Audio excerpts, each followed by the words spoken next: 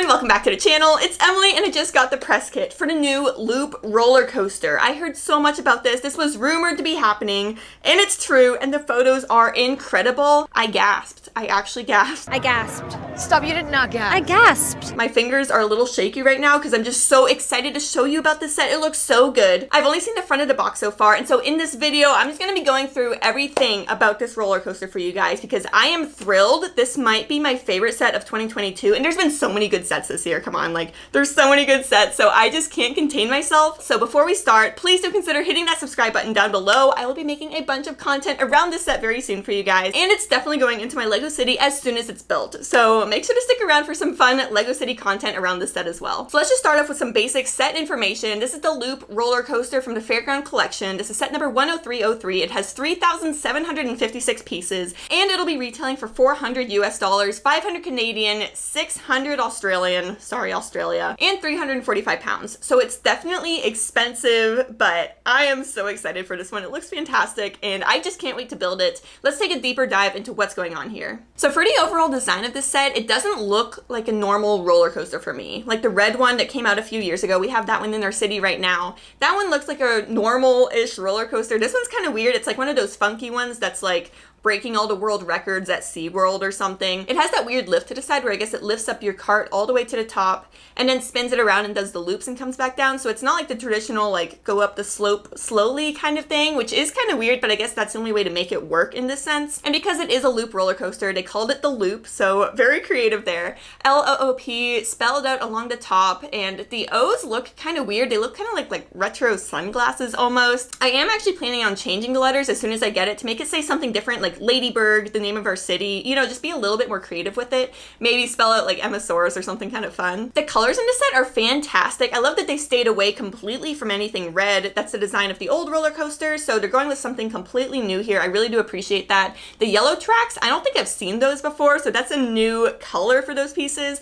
Also, I can't imagine that they didn't make a new mold for some of the roller coaster pieces here just to be able to create that loop, because I've played around with making loops for our roller coasters and it is difficult. So kudos to them for making that happen. I do kind of wish that they're new elements, but I'm not really sure yet. I think I'll have to take a closer look. But just seeing the color combination of the blue and mustard yellow with those like accents of this like medium blue kind of turquoise kind of thing, it's stunning. It's a great color choice, so I'm thrilled with the design of it, even though it is kind of like a weird actual design of a roller coaster. You know, it doesn't look like a normal coaster to me still, but I'm here for it. It looks awesome. And then looking at the back of the box, I was kind of curious if there's any sort of motors included here, because with the red roller coaster, it doesn't come with motors, but you kind of need them to make it cool. And this one doesn't come with any either, which is kind of nice because it does keep the price down, even though it's still $400. It would be way more expensive if it did include any motors, but you can include some other powered up options and motorize it later on, so it's kind of cool that it shows you which one that you need. And then as for how tall the set is, it's 36 inches or 92 centimeters, which makes it one of the tallest sets ever. And then looking over to the left a little bit, you get the first look at the cart about to go down that first ramp. And this looks like one of those crazy roller coasters you see at Six Flags or Busch Gardens or something. Like this is not something you find at Disney. This doesn't belong at Disney World, you know? So it's like one of those extreme roller coasters. I'm just so excited to see this in action. It looks so cool. And you also get a better view of the two little loop-de-loops. So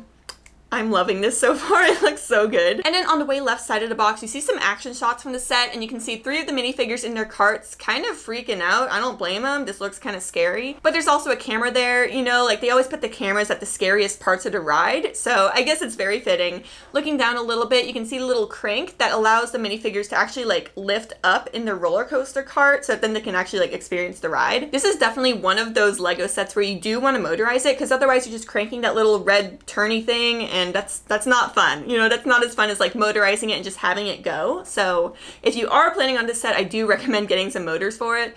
And then down one more, there's like this Elvis looking dude with the glasses. I don't know what's up with him. He just looks thrilled to be there. And it also gives a better view of what's going on in the queue for the ride. So it's kind of nice that they included that. Here's also another picture of the set with a transparent background, just so you can see it a little bit better. You can see all the minifigs outside. There's like that hot dog stand that looks so cool. And it looks like there's also a guy selling balloon animals. Is that what that is? I think that's what that is. That's kind of crazy. A pretzel stand, a bunch of minifigures, and then there's also like a park map showing like the description on a print printed piece, hopefully. I don't want that to be a sticker of the roller coaster. So lots of accessories here. The entrance sign, oh gosh, that looks so cool. So yeah, just zoomed in on the entrance sign. To the right, we get another piece. Oh yeah, those are definitely stickers. Kind of a bummer, whatever. It's like the ruler, you have to be this tall to ride kind of thing. So that's kind of cute. And then to the left, it just shows everything you can't bring with you. It looks like you can't bring a squirrel. Is that what that is on the bottom? Is that pets or a squirrel? I don't know, but it's also like food, drinks, candies, hats kind of stuff. So the rest of it makes sense, but who's bringing a squirrel on this ride? All right, so here's another picture of the roller coaster just from a different angle. It's like from above looking down.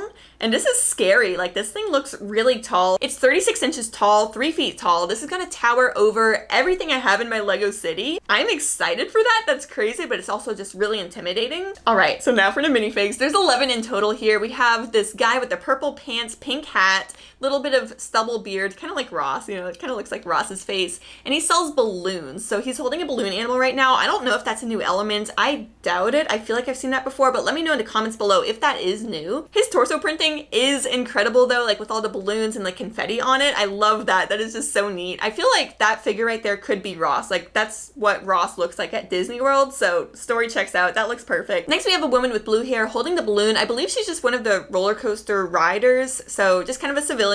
Next to her, we've got Elvis. Next to him, we have like Gamer Dude. I don't know what's going on with this shirt, if it's like a periodic table of the elements kind of thing, but I'm digging it. Do people still say that? I'm digging it? I don't know. And then we have the pretzel stand, y'all. This is so cute. I love pretzels. I lived in Germany for a year and kind of survived off of pretzels alone. Kind of kidding, kind of not. Next to that, we have a little boy holding a pretzel, and then the pretzel seller in that like blue and pink shirt going on. Next to her, we have Grandma. It literally says that in the press kit. It says she's the grandma. And then in the yellow shirt with the brown ponytail piece that I will probably use for a sig fig of myself at some point. That's the ride operator. And then we have two girls talking to the hot dog salesman who's actively putting mustard onto a hot dog. So that's kind of cool. And then the hot dog stand is just incredible. Like, that is just fantastic. It looks so cute. I love it. And then the squirrel, you can't bring squirrels on it. I wasn't wrong. It actually was a squirrel. I'm like, wow. That's crazy. And you know, these prices actually check out. $5 for a hot dog versus $9 with mustard on it. That sounds like prices at Disney World. It just seems very expensive. I don't know what kind of units these are. It just says 5 and 9, but story checks out. Amusement parks are just really expensive. I do really like though, on the left-hand side of the cart, we have these two little like silver horns sticking up. I know they're not actually horns, you know, it's like a fork or something, but it just looks like this hot dog stand is like, got horns. And in here, I'll just pan over the other photo that I have of all the different minifigs and their accessories just to get a better view from maybe a different angle. The minifigs are posed differently, but overall, I'm thrilled with all of these accessories. It is just perfect, and all the minifigs have their own character and uniqueness to them. So overall, I just can't believe that this is happening. The new Loop roller coaster is becoming a reality. It's coming out July 1st of this year, and I just can't believe it. The price tag is kind of hefty, but also like there's a lot going into this, so like I definitely understand it. You will want to motorize this, like definitely get motors if you are planning on getting this set. It just adds to the set experience so much. Like, I can't imagine having a roller coaster without a motor. Like, it's not as fun, it's not as cool. The motor just takes it to the next level. So I really do recommend picking one of those up if you are planning on getting this set. Please leave a comment below. Let me know what you think about this set. Do you love it? Do you hate it? Are you gonna get it? Do you like the minifigs? Are the loops too excessive? Does it scare you? Let me know all of your thoughts down below. Thank you everyone so much for watching, and I'll see you next time.